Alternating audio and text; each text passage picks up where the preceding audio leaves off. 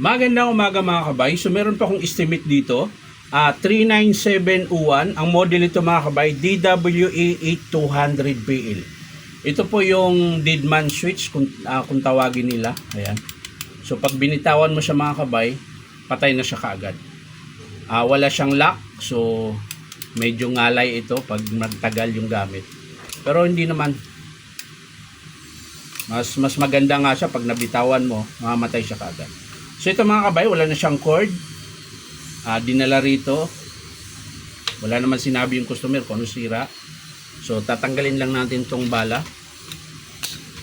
Yan.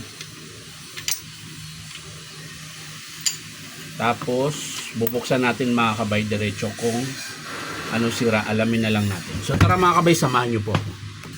So yan mga kabay, nabuksan ko na po yung screw. So tanggalin na natin to. So ayan. Kalas na, wala na siyang connection, wala na rin siyang carbon. Ayan. So hugutin na natin ito. Ayun. So makikita nyo mga kabayan, tukla po yung brush, yung pinakatanso ng bar ng armature. So yan po yung dahilan kung bakit dinala nila dito.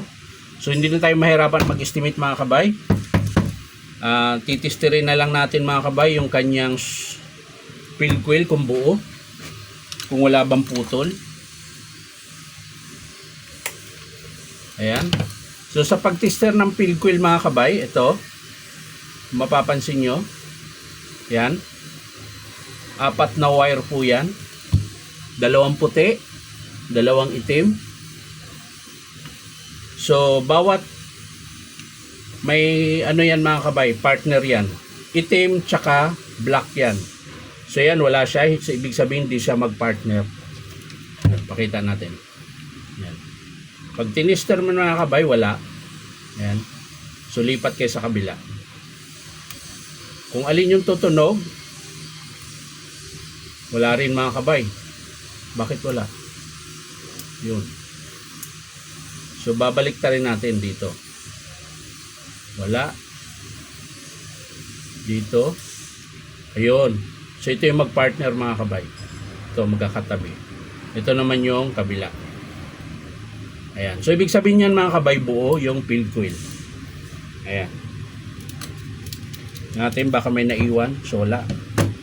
Tapos sunod natin i-check yung kanyang bearing tsaka pinion. Ayan. So okay pa yung pinion mga kabay, kung makikita nyo, ayan, ang ganda pa. Bearing sa harap 608. So bearing sama natin, carbon brass, ayan. So ito mga kabay ang estimate ko dito. Armature bearing 608, ito po yon sa harap. Tapos carbon brass, yung switch pala mga kabay, di ko na testing. Yan natin. Ayun, okay pa. Lakas pa pumitik. Ulitin ko lang. Armature, bearing 607. Cord, yung 3 meters na cord, wala na. Plug. So, armature, bearing 607. 3 meters na cord, plug, carbon brass. So, 5 spare parts yung ikabit natin dito. Kung i-approve ng customer. So, yan lang po yung sira mga kabay. Sa mga gustong magpa-repair mga kabay, punta lang po kayo dito sa Powerman Hardware, 530 T. Alonso, Santa Cruz, Manila. So hindi ko na po siya ipakita kung paano buuin mga kabay. Papakita ko na lang sa inyo mga kabay kapag in-approve ng customer. So yan lang mga kabay. Bye-bye.